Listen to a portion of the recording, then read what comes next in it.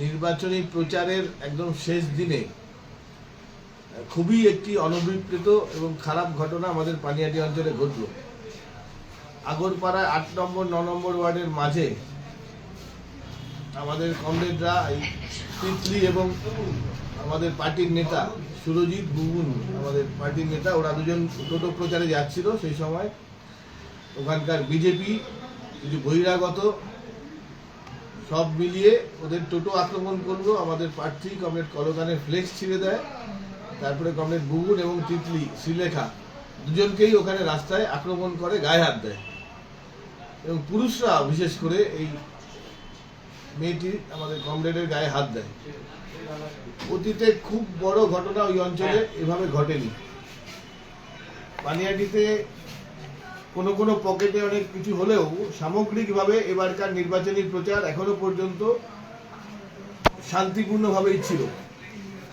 কিন্তু এই ঘটনার আমরা চরম নিন্দা করছি পার্টির পক্ষ থেকে, এবং পাড়ায় দাঁড়িয়ে পাড়ার মেয়েকে এভাবে গায়ে হাত দেওয়া, এটাও চরম নিন্দা করছি আমরা। এবং মানুষকে বলছি ওই অঞ্চলের সহ সামগ্রিক পানিহাটিতে যারা নারী সুরক্ষা নিয়ে, নিরাপত্তা নিয়ে বক্তব্য রাখছেন যে বিজেপি, তাদের এই গুন্ডা বাহিনী একটি মেয়েকে এইভাবে রাস্তায় ফেলে পুলিশরা মারলেন, এই প্রচন্ড কন্ডেম হওয়া দরকার। আমরা আইনের ব্যবস্থা নেব। আমরা জনগণের কাছে আবেদন করছি এই ধরনের শক্তিকে পরিত্যাগ করা দরকার।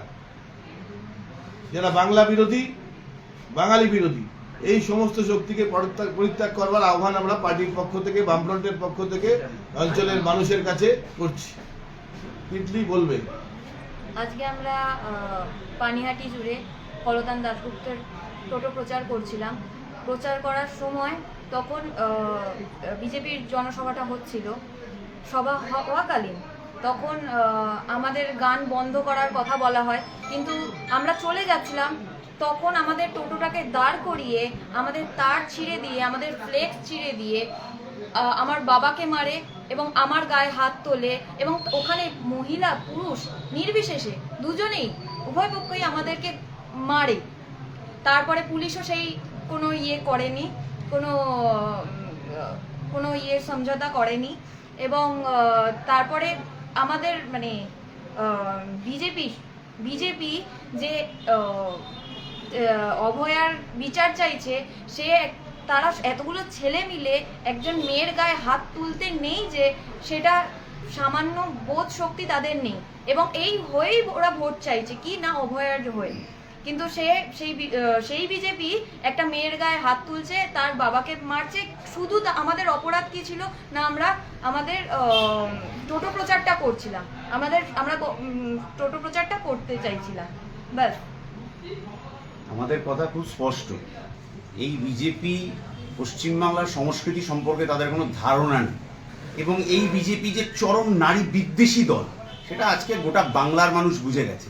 গত 1.5 মাস ধরে ভোটের প্রচারে যারা হচ্ছে যে বামপন্থীদেরকে এই কথা বললেন যে তারা নারী নিরাপত্তার প্রশ্নে নাকি আসলে সমস্যা তৈরি করছে, যারা বললেন যে বামপন্থীরা এসে নাকি আসলে বিচার হতে দিচ্ছে না, তারা নিজেরা আজকে যে ঘটনা ঘটালেন, তাহলে প্রধানমন্ত্রীর আশা থেকে, সেই মাঠের সভা থেকে যখন আমরা বিচারের কোনো প্রতিশ্রুতি পেলাম না, আজকের দিনে দাঁড়িয়ে রাস্তায় এরকম একজন মহিলার ওপর যে ন্যাক্কারজনক আক্রমণ করছেন বিজেপির নেতারা, তাদেরকে আমরা শুধু এইটুকু মনে রাখতে বলবো যে রাজনীতি কিন্তু একদিনে শেষ হয়ে যাবে না।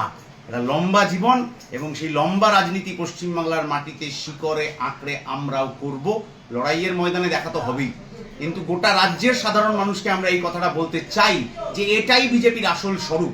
এই আসল স্বরূপটা বুঝে নিয়েই আমাদের ভবিষ্যতে এই বাংলার মাটি থেকে বিজেপিকে উৎখাত করার কাজ, মহিলাদের সম্ভ্রম রক্ষা করার কাজ, সেইটা বামপন্থীরা করবে, এইটাই আমাদের কথা।